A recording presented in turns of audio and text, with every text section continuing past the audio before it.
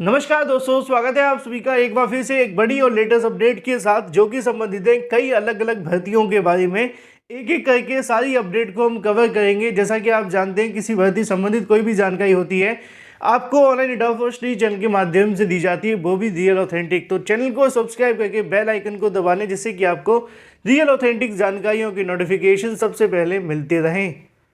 तो चलिए दोस्तों, वीडियो शुरू करते हैं। शुरुआत करेंगे सबसे पहली अपडेट के बारे में जो कि संबंधित है, जो कि आप में से बहुत सारे छात्रों के पास होगा, लेकिन शायद बहुत सारे छात्रों के पास नहीं भी होगा। यहाँ पे दोस्तों आप सभी को देखने के लिए मिलेगा, अगर बात की जाए डीएल के बारे में, जिसको आप कहते हैं ड्राइविंग लाइसेंस।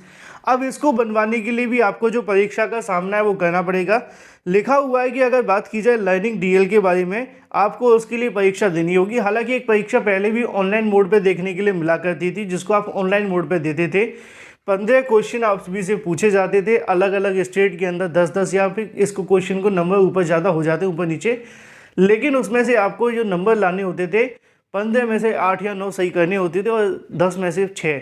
लेकिन अब यहाँ पर लिखा हुआ है कि लाइसेंस बनवाने के लिए कम से कम 60% आपको अंक लाने होंगे, मतलब कट ऑफ तय कर दी गई है। लिखा हुआ है कि 2 घंटे की आपकी जो परीक्षा है वो देखने के लिए मिलेगी। सवाल ये है कि 2 घंटे की परीक्षा डीएल बनवाने के लिए देनी पड़ेगी, तो जो इस शिक्षा से दूर हैं उनके लिए क्या करना होगा? क्योंकि जो पढ़ रहे हैं लिखे हैं वो तो ठीक है, परीक्षा को लेकर कैसे भी करके तैयारी करेंगे, किसी का क्रैश कोर्स ले लेंगे। लेकिन ऐसे लोग जो कि कहीं ना कहीं डीएल बनवाना तो चाहते हैं लेकिन शिक्षा से दूर रहे हैं वो शुरू से, आप समझते हैं, तो उनके लिए क्या होगा, ये समस्या का बात है। लिखा हुआ है कि आवेदक की सुविधा केंद्रों के माध्यम से ऑनलाइन आपकी जो परीक्षा है वो देनी होगी। 2 घंटे की परीक्षा में सड़क संकेत, साइन बोर्ड, रेड लाइट, यातायात, इसके अलावा मोटर, रेलवे क्रॉसिंग और भी बहुत सारी जानकारियाँ देखने के लिए मिलेंगी। लेकिन इससे पहले जो परीक्षाएं होती थी उसके अंदर 15-16 क्वेश्चन होते थे, इससे ज़्यादा नहीं। लेकिन अब 2 घंटे के अंदर क्या होगा ये देखना होगा। आप में से जिनका नहीं बना है जल्दी से बनवा लो, क्योंकि आपको फिर 2 घंटे की एक और एग्ज़ाम देना पड़ेगा। बात कर लेते हैं अपनी अगली अपडेट के बारे में जो कि संबंधित है उत्तर प्रदेश के अंदर 16,000 एक बड़ा नंबर है। 16,000 प्राथमिक शिक्षकों के ऊपर कार्रवाई के बारे में। जैसा कि दोस्तों आप जानते हैं कि प्राइमरी शिक्षक बनने से पहले या फिर हर एक भर्ती के अंदर, हर एक नौकरी के अंदर जब कुछ नए लोग नौकरी पाना चाहते हैं तो उनकी बहुत सारी कहीं ना कहीं इच्छाएं होती हैं, बहुत सारी उनके मन में होता है कि हम उस विभाग के अंदर जाके कायाकल्प कर देंगे। लेकिन कुछ विभाग के अंदर पहले से ही ऐसे प्राणी बैठे होते हैं जो कि उस विभाग के ऊपर कहीं ना कहीं हमेशा की तरह दाग लगाते रहते हैं। एक बार फिर से ऐसा देखने के लिए मिला है उत्तर प्रदेश के प्राथमिक स्कूलों के अंदर, और इसके बारे में जानकारी आप सभी को यहाँ पे देखने के लिए मिल जाएगी। मैंने आप सभी को एक बार वीडियो बनाकर बताया भी था कि बेसिक विद्यालयों के अंदर 16,706 जो प्राथमिक शिक्षक हैं वो यहाँ से गायब मिले हैं।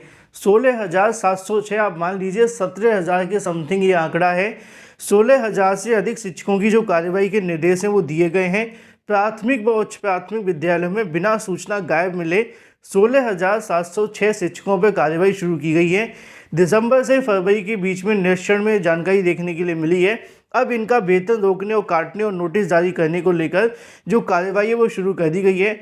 3 महीने में हुए निरीक्षण के अंदर अलग अलग जिलों से कितने कितने गायब मिले इसका डाटा जारी कर दिया गया है। लेकिन एक बड़ा नंबर 17,000 के करीब अगर शिक्षक विद्यालय में नहीं होंगे तो विद्यालयों को क्या होगा। सोचने वाली बातें ये है कि जब इनको नौकरी मिल जाती है तो उसके बाद ऐसी लापरवाही करके खुद तो अपने फ़ायदे के लिए पूरे विभाग का नाम बदनाम करते हैं। बात कर लेते हैं अपनी अगली अपडेट के बारे में जो कि संबंधित है प्राथमिक शिक्षक भर्ती के संबंध में। उत्तर प्रदेश के अंदर कई ऐसे प्राथमिक शिक्षक भर्तियां हैं जो कि आज भी लटकी हुई हैं और कोर्ट के माध्यम से समय समय पर इनको लेकर जो आदेश हैं वो भी जारी किए जाते हैं। एक बार फिर से अगर बात की जाए कोर्ट के माध्यम से, यूपी गवर्नमेंट को 1 सप्ताह का समय देते हुए जो अगली तारीख है वो लगा दी गई है। जैसा कि आपको यहाँ पर देखने के लिए मिलेगा, अगर बात की जाए 1 अंक मामले को लेकर हाईकोर्ट ने दी 1 हफ्ते की मोहलत। 69,000 शिक्षक भर्ती में 1 अंक विवाद में दाखिल अवमानना याचिका पर हाईकोर्ट पहले एक आदेश के तहत सरकार की ओर से अपनाई जा रही कार्रवाई की प्रक्रिया को ब्यौरा पेश करने को लेकर सप्ताह भर का समय दिया है। इससे पहले इलाहाबाद हाईकोर्ट की लखनऊ पीठ ने बेसिक शिक्षा की अगर बात की जाए प्रमुख सचिव दीपक कुमार व अन्य पक्षकारों की रिट पर 20 दिसंबर 2021 के फैसले के तहत तमाम उन अभ्यर्थियों को 1 अंक के आधार पर नौकरी दिए जाने को लेकर प्रोसेस शुरू करने की बात की थी। लेकिन कोर्ट के आदेश के बावजूद प्रदेश सरकार के माध्यम से अभी तक इसका पालन नहीं किया गया। छात्रों के माध्यम से अवमानना याचिका दाखिल कर दी गई। अब ऐसे में 69,000 शिक्षक भर्ती की अवमानना मामले में सरकार को कहीं ना कहीं राहत दी है कि 1 हफ्ते का आपके पास समय है और उसके बाद इस मुद्दे पे अपनी जो भी जानकारी देनी है वो जल्दी से कोर्ट में पेश करें। बात कर लेते हैं एलटी गेट शिक्षक भर्ती के बारे में। एलटी गेट शिक्षक भर्ती छात्रों के लिए कहीं ना कहीं अच्छी खबर लेकर के आई है। काफ़ी लंबे समय के बाद एलटी गेट शिक्षक भर्ती पिछली बार 2018 में 10,768 पदों पर निकाली गई थी, जिसको लेकर अभ्यर्थियों के माध्यम से काफ़ी बड़ा संघर्ष करना पड़ा। एक एक विषय के परिणाम को जारी करने के लिए छात्रों के माध्यम से धरना प्रदर्शन दिया गया और लगातार अभ्यर्थी आयोग के सामने धरना प्रदर्शन करते रहे। एक बार फिर से अगर बात की जाए, उत्तर प्रदेश लोक सेवा आयोग के सामने अभ्यर्थियों के माध्यम से लंबा धरना प्रदर्शन चल रहा था, जिसके बीच लोक सेवा आयोग ने अभ्यर्थन निरस्त करने को लेकर आवेदन मांगे हैं एलटी गेट 2018 के मामले को लेकर। उन छात्रों के लिए खुशखबरी है जो एलटी गेट शिक्षक भर्ती में वेटिंग लिस्ट 1 या 2 नंबर से पीछे रह गए थे, उनको यहाँ पे 1 या 2 नंबर से अब नौकरी मिल सकती है। जितने भी यहाँ पे कहीं ना कहीं आवेदन निरस्त किए जाएंगे उसके आधार पर एलटी गेट शिक्षकों के नए अभ्यर्थियों को यहाँ पे जो नौकरी है वो देखने के लिए मिलेगी।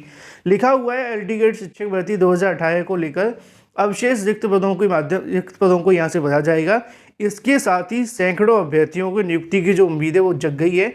आयोग के माध्यम से कल देर रात को इसको लेकर नोटिफिकेशन भी जारी कर दिया गया है, जिसके अंदर उन्होंने मांग की है कि कोई भी अभ्यर्थी अगर ऐसा है एलटी गेट शिक्षक भर्ती के अंदर जो अपना अभ्यर्थन निरस्त करवाना चाहता है तो इस ईमेल आईडी के माध्यम से अपनी जानकारी दे सकता है, जैसे कि नीचे लिखी हुई है।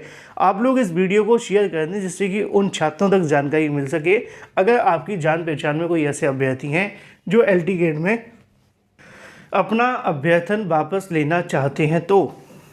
लेकिन फिलहाल खुशखबरी उन सभी छात्रों के लिए है जो एलटी गेट शिक्षक भर्ती के अंदर 1 या 2 नंबर से पीछे रह गए थे, अब उनको नौकरी की जो आस है वो जग गई है। बात कर लेते हैं अपनी अगली अपडेट के बारे में, एडेड जूनियर शिक्षक भर्ती के बारे में। मैंने लिखा हुआ है एडेड जूनियर शिक्षक भर्ती को लेकर ख़त्म, टाटा बाय बाय, गुड बाय के लिए जगह नहीं थी, नहीं तो वो भी लिख देता। मामला ये है कि कल देर रात को अभ्यर्थियों के माध्यम से बहुत सारे कमेंट किए गए कि सर एडेड जूनियर के बारे में बताइए क्या हुआ। कुछ खास हुआ ही नहीं दोस्तों। एडेड जूनियर को लेकर ना तो सरकार कुछ कर रही है ना ही कोर्ट कुछ कर रही है। कोर्ट में जब मामले जाते हैं तो तारीख पे तारीख लगती है। एडेड जूनियर शिक्षक भर्ती को लेकर अगली सुनवाई की तारीख 2 मई की लगा दी गई है। कहा जा रहा था कि आज होने वाली सुनवाई में कुछ अच्छी अपडेट मिल सकती है, मतलब कल होने वाली में, लेकिन ऐसा नहीं हुआ। अब जो अगली सुनवाई होगी वो 2 मई को होगी।